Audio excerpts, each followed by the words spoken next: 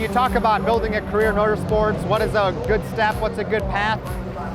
Man, there's so many different paths to being a pro racer. First thing is for you to know whether it's just single-seater that you want, or do you want to live off motorsport, because you might be able to live off motorsport while not racing in a top single-seater championship. There's other options out there. There's fantastic GT racing, fantastic prototype racing like here, and WEC as well. I think if young drivers want a sustainable long-term career, sports car racing has absolutely become a home for that talent. In IMSA, we've got opportunities with the VP Racing Sports Car Challenge, multi-class prototype GT cars, the Michelin Pilot Challenge, and obviously the WeatherTech Championship at the very pinnacle. A great place to make a career. The competition level is so high. There's more chance of doing well in sports car because they need different drivers. It's three drivers per car, so they need more drivers. I mean, there was one time we were calculating, it's like 70 seats available in a way that it's like 10 manufacturers, each manufacturer has 2 cars.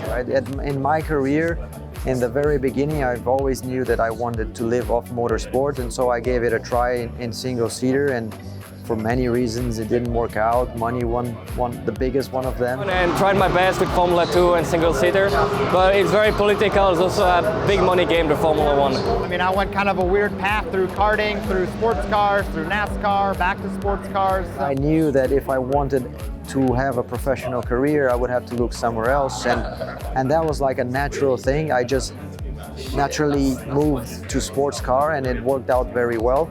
For young drivers, if they've got some experience or they are just deciding what to do, there's no question that Sports Car Club of America is a place to get your first driver school, get your first taste of door handle to door handle or wheel to wheel racing. And on the IMSA side, MX-5 Cup, some of the greatest racing, single make championship, Porsche Carrera Cup, Lamborghini Super Trofeo. These platforms provide drivers the opportunity to learn racecraft.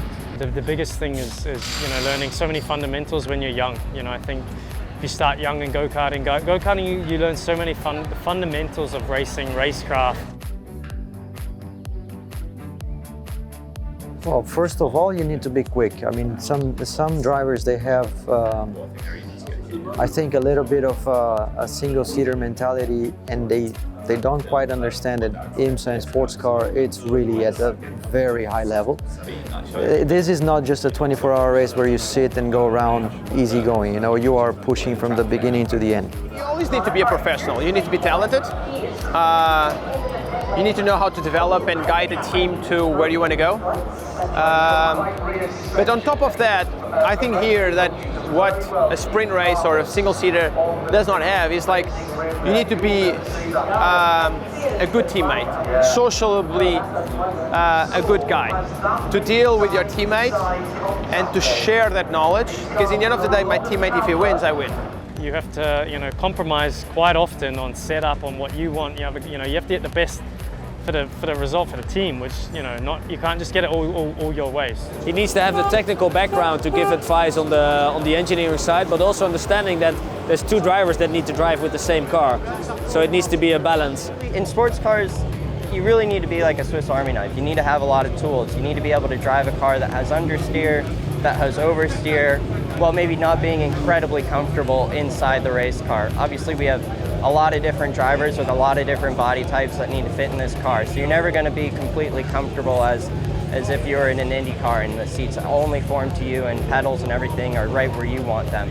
We all have little nuances we want in the car that sometimes can't always be there. So I think being a good team player, I think being really fast when you need to be really fast, being smart when you need to be smart, and obviously traffic management, right? That's a huge part of these races. I think sometimes more than ultimate peak lap time is your ability to get through traffic, make good decisions, and be smart. That's how you win or lose these races, for sure. There's a lot going on. So being a Swiss Army knife, having a whole bunch of attributes is kind of what you need.